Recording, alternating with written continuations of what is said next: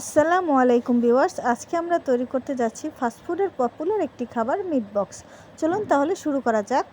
প্রথমেই আমি মুরগির হাড় ছাড়া কিছু মাংস কেটে ধুয়ে নিয়েছি এবং এর মধ্যে আদা রসুন বাটা দিয়ে দিলাম। এরপর দিয়ে দিলাম লবণ পরিমাণ মতো, দিয়ে দিলাম কিছু গোলমরিচ পরিমাণ মতো, তারপর দিয়ে দিলাম চিলি ফ্লেক্স, এরপর দিয়ে দিচ্ছি সস। এরপর সস দেওয়ার পর এরপর দিয়ে দিলাম পরিমাণ মতো টমেটো সস। এই সব ধরনের সস আর মশলা দেওয়ার পর এটাকে ভালোভাবে মেখে ম্যারিনেট করে রেখে দেব কিছুক্ষণের জন্য। ম্যারিনেট করে রাখার পর মিট বক্সের জন্য আলু রেডি করব। এর জন্য কড়াইতে পানি বসিয়ে দিয়ে ঢাকনা দিয়ে ঢেকে দেব। এরপর একটু লবণ দিয়ে ভালো করে পানিটি ফুটিয়ে এর মধ্যে আমরা মিট বক্সের জন্য আলু দিয়ে দেব। আলুগুলো কাটবো আমরা ফ্রেঞ্চ ফ্রাইয়ের আলুর মতো করে। এবার আমরা আলুগুলোকে কড়াইতে ঢেলে দিয়ে ভালোভাবে কিছুক্ষণ ফুটিয়ে আলুগুলোকে সেদ্ধ করে নেব। এজন্য ঢাকনা দিয়ে ঢেকে দিলাম। আলু যখন সিদ্ধ হয়ে আসবে, অল্প সেদ্ধ হলেই আমরা আলুগুলোকে উঠিয়ে নেব। আলুগুলোকে ছাঁকনি দিয়ে ছেঁকে একটা বাটিতে তুলে নিলাম।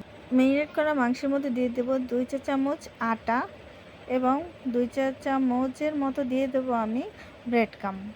এই ব্রেড ক্রাম্ব এবং আটা দিয়ে আবার ভালো করে মেখে আমি এটাকে একটা সাইডে রেখে দেব। ব্রেড ক্রাম্ব দেওয়ার ফলে মাংসটা খেতে অনেকটা ক্রিস্পি লাগবে। এবার আমরা মিট বক্সের জন্য আলু রেডি করব। এর জন্য আলুতে লাগবে পরিমাণ মতো লবণ এবং দিয়ে দেব কিছুটা মরিচের গুঁড়া এবং দিয়ে দেব এর মধ্যে কোট করার জন্য আটা আর এই ধর মরিচের গুঁড়োগুলো দিয়ে সবগুলোকে ভালো করে মেখে নিলাম। তৈরি হয়ে গেল আমাদের মিট বক্সের সকল ধরনের উপকরণ। এবার মিট বক্সের সকল উপকরণগুলো ভেজে নেব। এর জন্য ফ্রাই প্যানে পর্যাপ্ত পরিমাণে তেল দিয়ে নিলাম। এর মধ্যে দিয়ে দিলাম সসেসগুলো আপনারা আপনাদের চারপাশের যে সুপার শপে আপনারা এই সসেস পেয়ে যাবেন। সসেসগুলো আমার ভাজা হয়ে গিয়েছে। এরপর দিয়ে দিলাম সেই ম্যারিনেট করে রাখা আলু। সেই আলুগুলো আমি ভেজে একে একে সবগুলো আলু তুলে নিচ্ছি।